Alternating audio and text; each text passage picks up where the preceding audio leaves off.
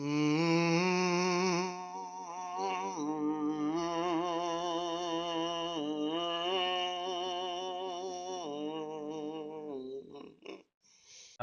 Uygur joins us back at our desk this morning. He's the founder and CEO of the host of the Young Turks. First, remind viewers who the Young Turks are, what your politics are. Yeah, we're the largest online news show. The largest online news show. Oh, if by that you mean a bunch of random unqualified hacks who talk about the news. Yeah. And the largest in terms of what? What metric? You have legacy subs. Your channel has been dying. Revenue is down. Subs are down. Views are down. Look at the friggin' stats. Largest news show. And Keek's heart isn't even in it. Listen to him talk about this. He used to brag and he acted like Zuckerberg passing 1 billion users. And now he's just, we're the largest news show, this and that. The guy's begging for money from VPN providers to straight up his membership to angel investors. I mean, they are in a mad scramble. And they're banking on the fact that 2020 ups their numbers, and it probably will. And we are progressive and unapologetically so, as you'll see in this upcoming hour. So that wouldn't make it news then, would it? That's just partisan, biased politics. It's just some people with an opinion fronting and pretending like they're the news, pretending that they have integrity or any semblance of objectivity. No, they have an agenda, strictly a propaganda outfit. We've got about 250 million views a month, about 50 million unique viewers, and very happy to say that millennial and Gen Z generations are massively progressive along with us. Yeah, they're the stupidest. They're the ones that have no clue what they're doing. He says that all proud. He's like, we really do well with the people who are clueless and haven't read anything or lived. Those are the ones we find to be easiest to brainwash. Joining us this morning now, less than 18 months before election 2020. How crowded is the progressive lane in the Democratic primary field?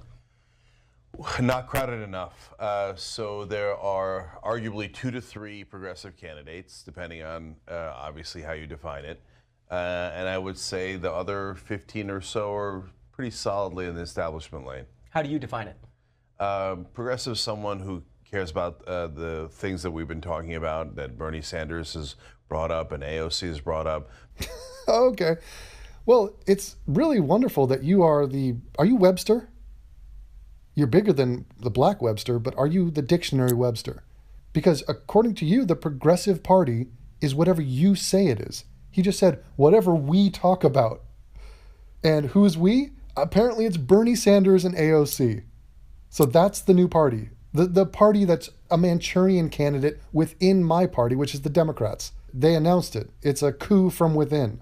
And yeah, all these people are skewing radically left. And it's alarming. And for all the people out there, I know the people listening to this, they're not on the left. They're in the center or they're on the right. Please take notice during this Democratic primary of the infighting on the left. And the infighting, I'm doing my part, which is to talk to my iPhone, is between normal, sane, rational, liberal leftists like myself and the far left extremists like Genk. If at this point you can't spot that difference and want to make it a binary, left, right, me, Kronk, then that's just demented. Medicare for all, progressive, also believe in Green New Deal, getting money. Oh, did you hear that? That's a new marching order. If you want to be progressive, do you care about the future? Are you in favor of progress? Are you a good person? Well, if any of those things are true, then you're in favor of the Green New Deal. Why do I know that? Because Keek just said it. Actually, no, the Green New Deal is kind of a farce, and it has no spine, and it's delusional, and it doesn't accurately address the problem or offer up real solutions. It's fanciful and needs a massive redo it, basically. Oh no, that opinion is not allowed. No, you are in favor of the Green New Deal or get out. And that's what the Young Turks are doing. They're saying, be in favor of Bernie Sanders or get out. That's been their guy. They've been in bed with Bernie from day one. And so they will give lip service to some of the other far left candidates, but they're smearing them. I mean, they've smeared almost everybody. Tulsi Gabbard, Joe Biden, Elizabeth Warren, that young white guy mayor dude, all of them. And this is where they reveal their hand as a propaganda outfit. We want what we want. Yeah, we're a political activist force, pretending that we're giving you just the facts, ma'am, just the facts. It's all heinous Lies, distortions, edit jobs, smear jobs. These people fucking suck. I don't know how much more clear I can make it. You talk about Bernie Sanders. We've talked about Bernie Sanders in the past and your support for some of his policies in the past. Are you officially endorsing, supporting Bernie Sanders in 2020? No. I tell the audience to keep an open mind, and Bernie Sanders is a wonderful progressive. I'd be thrilled to endorse him. I think he has an excellent chance in the general election. But Elizabeth Warren is also an excellent candidate, and there are a couple of others that really merit consideration. And in fact, when we started, I mean, we were huge backers of Beto O'Rourke against Ted Cruz, and Mayor Pete Buttigieg sounded super interesting, and I love how smart he is. But it's our job to dive in and find out more about these candidates. And so when you find out more, you realize a lot of them have more conservative credentials than you would imagine. Kind of like if we dive into you, Gank, we find out you were a conservative. What I love is he just listed off 5 white people. Pete Buttigieg, Beto O'Rourke, Elizabeth Warren, Bernie Sanders. I guess that's 4. Now, just on the basis of their race alone, and the fact that 3 of those dudes are dudes, that's not going to play well with his base. Remember all those millennial and Gen Z demographics he was bragging about? Yeah, those people are not down with white people or men. Like, there's a major push just to be like, I don't care what your policy is, be a woman of color. And that's why you're seeing the majority of funding going to Kamala Harris, who is a half white. Sorry, half black is the proper way to view her. And that's why people like Cory Booker and even Tulsi Gabbard will shake shit up, because they're technically not white. So it's kind of amusing. Genk always rallies against the establishment. Meanwhile, he is the old guard establishment in the regressive left. And he's got people that are way more anti-FUD out right underneath him who are like, fuck you, you are the fucking dinosaur. Get out.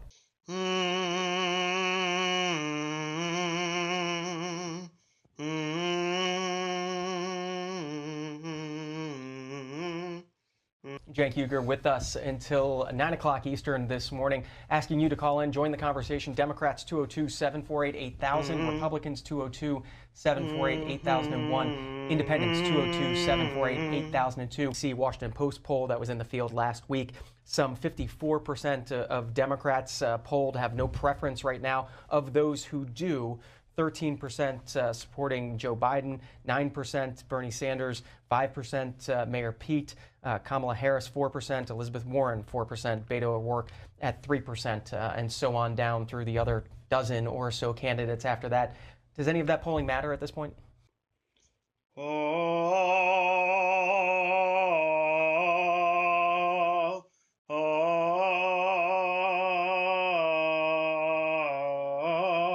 You mentioned Joe Biden. Let's remind viewers of Biden's presidential announcement last week. Here's 1 minute from that about 3.5 minute video. He said there were, quote, some very fine people on both sides. Very fine people on both sides? With those words, the President of the United States assigned a moral equivalence between those spreading hate and those with the courage to stand against it. Oh, fucking no. I mean, Joe Biden just looking like the Crypt Keeper. What a retarded stance. To bring up Charlottesville, to make Charlottesville into something more than it was. It's so cynical. The fact that a girl died there is what gives people the excuse to keep talking about Charlottesville. There's tons of protests. There's tons of rallies. Nobody continually talks about them. Nobody makes them a pivotal part of their campaign announcement. But because one guy has his car getting attacked and he slams on the accelerator and crashes into a crowd of people, now all of a sudden that's on everybody and we should talk about that event forever? What? That's all it takes? Doesn't make any sense. And now let's talk about this idea that it's hate. So there's hateful people on one side and we're the good guys fighting the hate. Just absolutely absurd. What can we say about Charlottesville? Let me give you some common sense about what happened there. Yes, there was some repugnant, hateful people there, for sure. Degenerate losers. There was ex-Klan members there. There were straight-up white supremacists there. But that rally was called Unite the Right. And the idea being you don't have to be in favor of it, but this was their idea, is to unite all the factions of the right and bring them together under one big tent, which means, yeah, the Tea Party folk, the extremists, the centrists, the conservatives, all of it, alt-right, bring them all together to unite against a common enemy, which is fill in the blank, whoever, the left, whatever. And so this idea that Trump put his foot in his mouth specifically about that is kind of amazing to me. I mean, you could pick any day right now, go check the Twitter feed. Trump's probably putting his foot in his mouth. But to say there's fine people on both sides, there were fine people on both sides. That's the truth. I don't know how else to, that doesn't mean all, I mean, the whole thing is a not all. It doesn't mean all the people were fine. And Trump would be the first to tell you that. And he did. He said, I condemn hate. I condemn these white supremacists. He said all that. Oh, but he didn't say it if you just highlight or focus or edit the part where he says there's fine people on both sides. I mean, think of that. There are fine people on both sides. He's also saying there are non-fine people on both sides. And he'd be the first to recognize that. Do you think the Antifa there were fine people?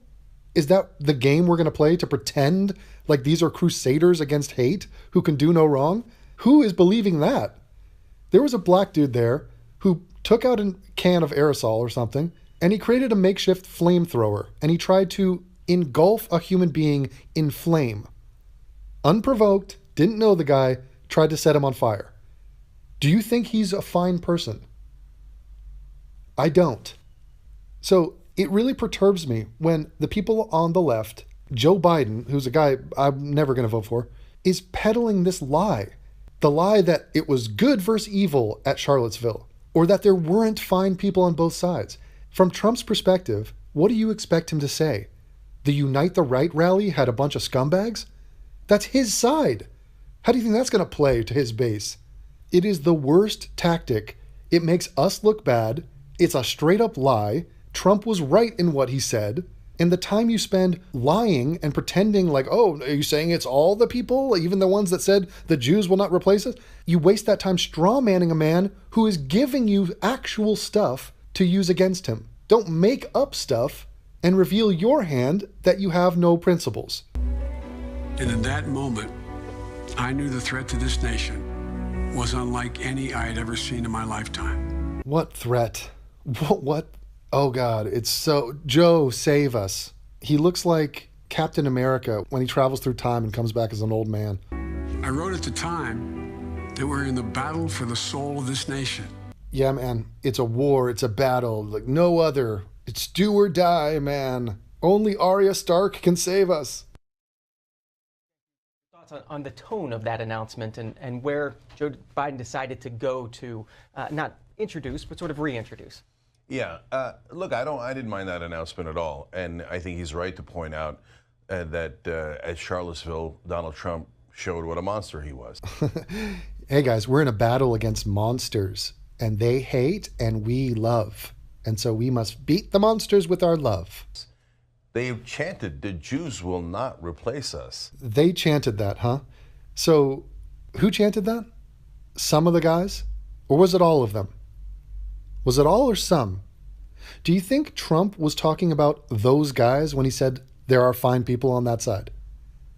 You know why no one will ever ask Trump that question? Because they know his answer will be no, I'm not referring to those guys. Those are the non-fine people whom I condemned. The reason they don't ask that is because they know the party would then be over, and they cannot continue to pretend and announce to their fans that Trump thinks it's fine to say Jews will not replace us. He thinks those are fine people. There is no intellectual curiosity here, no rigor, no quality checking, no oversight. A guy like this can say that to his fans and they believe it. We are dealing with stupid people who don't have a semblance of morality or integrity. And he said there are very fine people on that side. We're still having a conversation about whether this guy has any morality, any decency at all. And then he talks about his decency and morality. You just strawmanned him. You know he's not talking about those dudes, but because they got featured in a Vice documentary, I mean, do you think Trump saw that documentary? When did that documentary come out? Days after. They had to edit it. Trump gave his statements in the days around that event. So You are reacting to a Vice documentary. Trump didn't see that. He's not referring to those motherfuckers. If it was any other politician except the most powerful man on earth, they'd be censured, there'd be resolutions against them, and probably driven out of this town. But we've gotten used to him being such a terrible, immoral person. But they killed somebody in Charlottesville. I like they killed somebody. They said this. It's all of them. They killed someone. Yeah. One guy accidentally killed someone, and they all condemned it. You know who else killed someone? Gavin Long, your fan. So I guess I can say they, the progressives, killed someone? Is that fair? And then he doubled down after Biden's comments and said, yeah, they were very fine. He said, I said it perfectly. Yes, there were very fine people on both sides. I mean, so you don't think there are people there who were just worried about the Confederate statue coming down as a slap in the face to their history and to their, I don't know, heritage? You don't think that's even possible? This is the slippery slope of saying everybody who's against me is a racist or a monster. This is infantile. So, Donald Trump, I'd like to ask you, can you name the very fine Nazis in Charlottesville? Yeah, that's a legit question. Objection, I do not accept the framing of the question. He did not say very fine Nazis. Oh, you added that part because you're spicy? I see. Well, none of them were Nazis, okay? You had a small percentage of half-ass wannabe neo-Nazis, but be my guest. Go talk to Donald Trump and ask him, do you think there are very fine Nazis?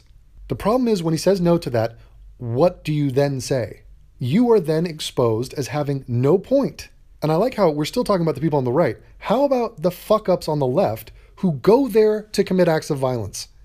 Those are the guys with the friggin' rocks and the sticks and the poles and they're the ones initiating shit. Half of the dudes on the right simply had shields to defend themselves against them. And they're not like Captain America shields where you can just chuck it at a dude. They were just blocking the assault coming from the left. Oh, but it's justified because they're on the right side of history. Or the left side of history, like your t-shirts say. It's a fair request. He said there's very fine people in the side of the people who chanted blood and soil and other Nazi chants. So, Genk, are you saying that there's very fine people on the left, the side with the dude who tried to light another man on fire? You're on the side of the dudes who are sucker punching people? Pepper spraying women that they don't know in the face? That side? Really? Okay, wow. So which of the Nazis were very fine people? Joseph Goebbels could dance really well. I don't know. You probably follow him on Twitter, so you tell us. So this is how it's shaping up. There's many things to take notice of as we see the primaries swing into shape. And this has been my call, my hope for people, is that you can have your side in politics. Whatever. People are going to have differences of opinion. But there's other levels to this. So yes, someone's on the left, someone's on the right, someone's in the center. Great. Interesting. Someone's pro-abortion, someone's not. Someone's anti-gun, someone's pro-gun. Interesting. How about these tribes? How about these differences? Someone lies, someone doesn't. Which group are you in? Someone strawmans, someone doesn't. Someone cherry picks quotes out of context to smear his opponents, someone doesn't. Someone has integrity and someone doesn't. Those things are unbelievably important. And in the midst of this massive food fight, shit-flinging contest called politics, it is rather important that some of us stand up and point out who is a lying, disgraceful, shameful son of a bitch, regardless of what side they're on. I don't want a man like Keek representing me or the left. Nope. No, I don't. Fuck him. For some of the aforementioned reasons. He's a pig. And he's an idiot. And he's not a good human being. But of course he claims to be. Trust him. He knows what a progressive is. He's going to lead the country to the right direction. Fuck him. Fuck that guy. And by the way, I can do this with people on the right too. It's a bit obvious for me to go after people on the right. If you can't find gaping hypocrisies in what Donald Trump says, what he says one day, what he says the next, what he says versus what he does, then you haven't been paying attention. But I hope that when people go after him, they go after him for real things, honest disagreements, legit attacks on his record. Stop making stuff up. You're tarnishing our side, and we need all the help we can get. Anyway, something to keep in mind. Talk to you later. In a world of fear and dread,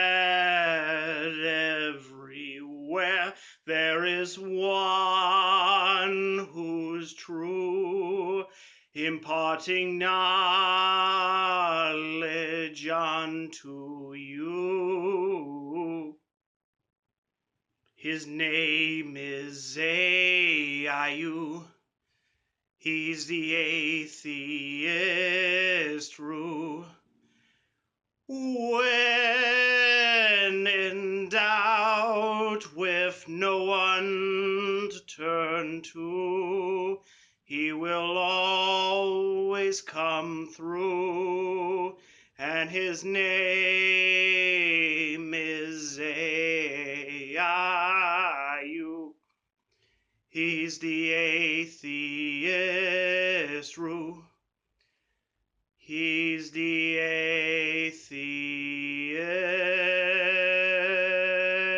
If you like this channel and what Devin provides for you, let him know. You can support the channel in a variety of ways. Sign up on Patreon, PayPal, or Subscribestar. I love you, Devin.